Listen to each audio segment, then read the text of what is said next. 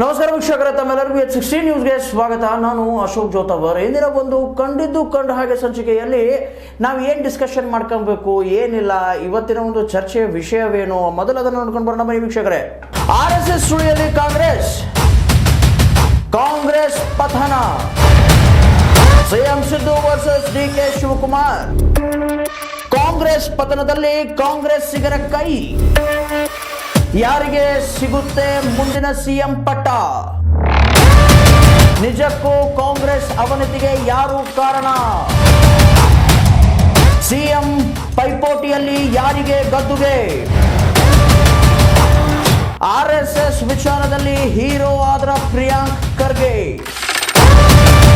ಹಗ್ಗಜಗ್ಗಾಟದಲ್ಲಿ ಸಚಿವ ಸತೀಶ್ ಜಾರಕಿಹೊಳಿ ಎಲ್ಲಿ? ನೋಡಿದ್ರಲ್ಲ ವೀಕ್ಷಕರೇ, ಇದು ನಮ್ಮ ಇವತ್ತಿನ ಒಂದು ಚರ್ಚೆಯ ಚೌಕಟ್ಟು. ಈ ಒಂದು ಚರ್ಚೆಯನ್ನು ಮಾಡೋದಕ್ಕೆ ನಮ್ಮ ಜೊತೆಗೆ ನಮ್ಮ ಚಾನಲ್ನ political bureau head as well as CEO of our channel Mallappa Jotavar ಸಾಹೇಬರು ನಮ್ಮ ಜೊತೆಗಿದ್ದಾರೆ. ಸರ್, ಮೊದಲಿಗೆ ತಮಗೆ ಸ್ವಾಗತ. ಇವತ್ತಿನ ಒಂದು ಚರ್ಚೆ ಏನಪ್ಪ ಅಂತಂತಂದರೆ, ಜೋರಾಗಿ ನಡೀತಾ ಇದೆ. ಕಾಂಗ್ರೆಸ್ಸು ಅದು ಇದು RSS ಅಂತ ಹೇಳಿ. ನಿಜಕ್ಕೂ ಕರ್ನಾಟಕ ಕಾಂಗ್ರೆಸ್ ಇದ್ದಿದ್ದು RSS ಸುಳಿಯಲ್ಲಿ ಸಿಲುಕೊಂಡಿದೆಯಾ? ಇಲ್ಲ, ಒಂದೇ ಮಾತು ಹೇಳ್ಬೋದು. ಯಾಕೆಂತಂದರೆ ಆಲ್ರೆಡಿ ಸಿದ್ದರಾಮಯ್ಯನವರಾಗಿರ್ಬೋದು ಅಥವಾ DK ಅವರಾಗಿರ್ಬೋದು, ಅವರು ಹಿಂದೂ ಪ್ರೇರಿರ್ಬೋದು DK ಅವರು, ಇಲ್ಲಂತಲ್ಲ. ಆದರೆ RSS ಪೂಜಕರಲ್ಲ ಅನ್ನೋದು ಸ್ಪಷ್ಟ ಅದ. ಮೂಲತಃ ಅವರು ಕಾಂಗ್ರೆಸ್ಸಿಗರು, ಕಾಂಗ್ರೆಸ್ನಿಂದ ಬೆಳೆದು ಬಂದವರು, ಕಾಂಗ್ರೆಸ್ ಮೇಲೆ ಅಪಾರವಾದ ನಂಬಿಕೆ ಇದ್ದಂಥವ್ರು. ಇನ್ನು ಸಿದ್ದರಾಮಯ್ಯನವರಂತೂ ಸ್ವತಃ ತಳ ಸಮುದಾಯದಿಂದ ಬಂದಂಥವರು, ನೋವುಂಡು ಬೆಳೆದಂಥವರು, ಜೊತೆ ಸಮಾಜವಾದಿಯ ಹೋರಾಟಗಾರರು, ಗೋಪಾಲ ಗೌಡರ ಪಾಳ್ಯದಲ್ಲೇ ಬೆಳೆದು ಬಂದಂಥವರು, ಜೊತೆಗೆ ಜಯಂತ್ ಪಟೇಲ್ ಅಂತ, ನಮ್ಮ ದೇವೇಗೌಡರು ಅಂತ. ಅಲ್ಲ ಸರ್, ಇವಾಗ ಯಾಕೆ ಮಾತಾಡ್ತಾ ಇದ್ದೀನಿ ಅಂದರೆ ಈ ಪ್ರಶ್ನೆ ಏನಕ್ಕೆ ಬಂತಪ್ಪ ಅಂತಂತಂದರೆ, ಇವಾಗ RSSದ್ದು ಏನಂತೀರ ನೀವು, ಒಂದು ರೀತಿ ಜೋರಾದಂತಹ ಒಂದು ಅಲೆ ಹೇಳ್ತಾ ಇದೆಯಲ್ಲ, ಇವರು RSSನ್ನು ಬ್ಯಾನ್ ಮಾಡಬೇಕು ಹಾಗೆ ಹೀಗೆ, ಮೇಲಿದ್ರೆ ಏನಾದರೂ ಒತ್ತಡ ಬರ್ತಾ ಇದೆಯಾ? ನೀವು RSSನ ಏನಕ್ಕೆ ಇವಾಗ ಟಚ್ ಮಾಡೋಕ್ಕೆ ಹೋದ್ರಿ ಹಾಗೆ ಹೀಗೆ ಅಂತ?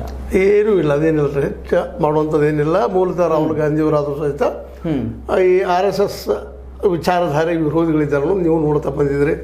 ಅದೇ ಕಾಲಕ್ಕೆ ಈ ಜಾತಿ ಸಮೀಕ್ಷೆ ಆಗಿರ್ಬೋದು, ಇವತ್ತು OBC ಸಮೀಕ್ಷೆ ಆಗಿರ್ಬೋದು, ಇನ್ನುಳಿದು ನೋಡಿದಾಗ RSSದ ಪ್ರಭಾವದ ಒಳಗಿಲ್ಲ, RSSನ ದೂರ ಸರಿಸುವಂಥ ಪ್ರಯತ್ನ ಇವರು ಮಾಡ್ತಾ ಇದ್ದಾರೆ.